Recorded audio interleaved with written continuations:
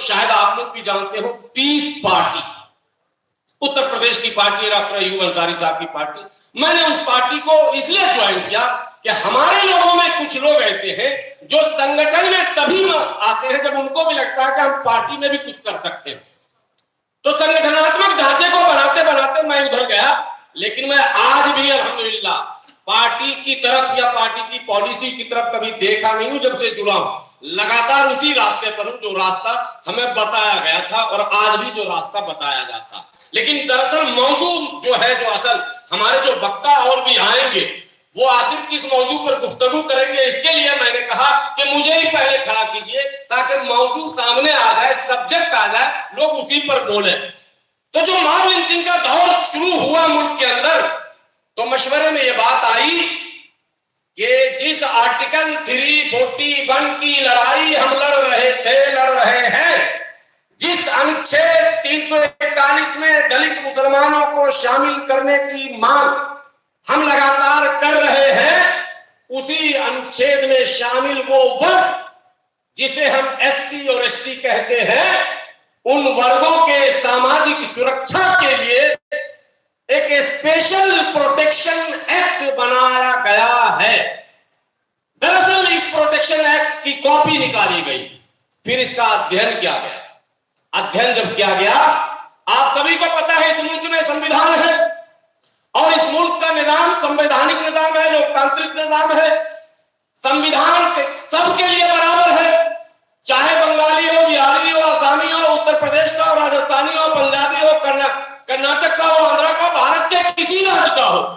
Murder करेगा एक ही कानून सब पर लागू होगा, हाफ मर्डर एक ही कानून लागू होगा, तमाम लोगों के लिए सारे कानून एक ही हैं। तो फिर प्रोटेक्शन के लिए स्पेशल एक्ट की जरूरत क्यों पड़ी? मारोगे पीटोगे, 323 324 पुराना वाला बता रहा हूं, बीएनएस का तो अभी हम लोगों ने रटा नहीं है, आईपीसी का जो चल रहा था 323 324 307 302 374 376 इत्यादि इत्यादि जितने मामले हैं, ये सब पूरे मुल्क में हिंदू मुसलमान सिख ईसाई जैन पारसी बौद्ध आस्तिक नास्तिक आगरा पिछड़ा सब पर लागू होता है। जब सब पर एक कानून लागू होता है तो फिर स्पेशल कानून बनाने की जरूरत क्यों पड़ी? इसी पर मंथन करने की जरूरत है।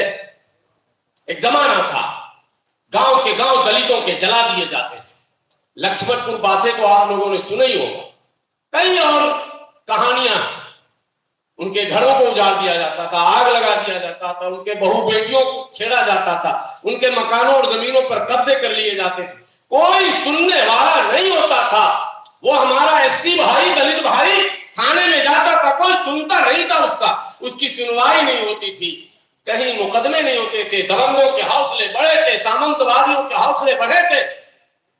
इसी दरमियान में उनके समाज के नेताओं की तरफ से यह मांग उठने लगी और अंतोगत्वा 1989 में राजीव गांधी की सरकार में प्रिवेंशन ऑफ एट्रोसिटी एक्ट 1989 के नाम से एक कानून आया, अर्थात अत्याचार निवारण अधिनियम 1989।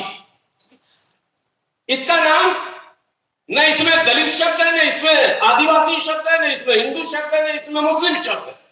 ये तो प्योरली प्रिवेंशन ऑफ एट्रोसिटी यानी अत्याचार से रोकने के लिए प्रिवेंशन ऑफ एट्रोसिटी एक्ट, अत्याचार निवारण अधिनियम, इंसदादे तशद्दुद एक्ट यानी तशद्दुद को रोकने के लिए, अत्याचार को रोकने के लिए, एट्रोसिटी को काउंटर करने के लिए, रोकने के लिए कानून बनाया गया था।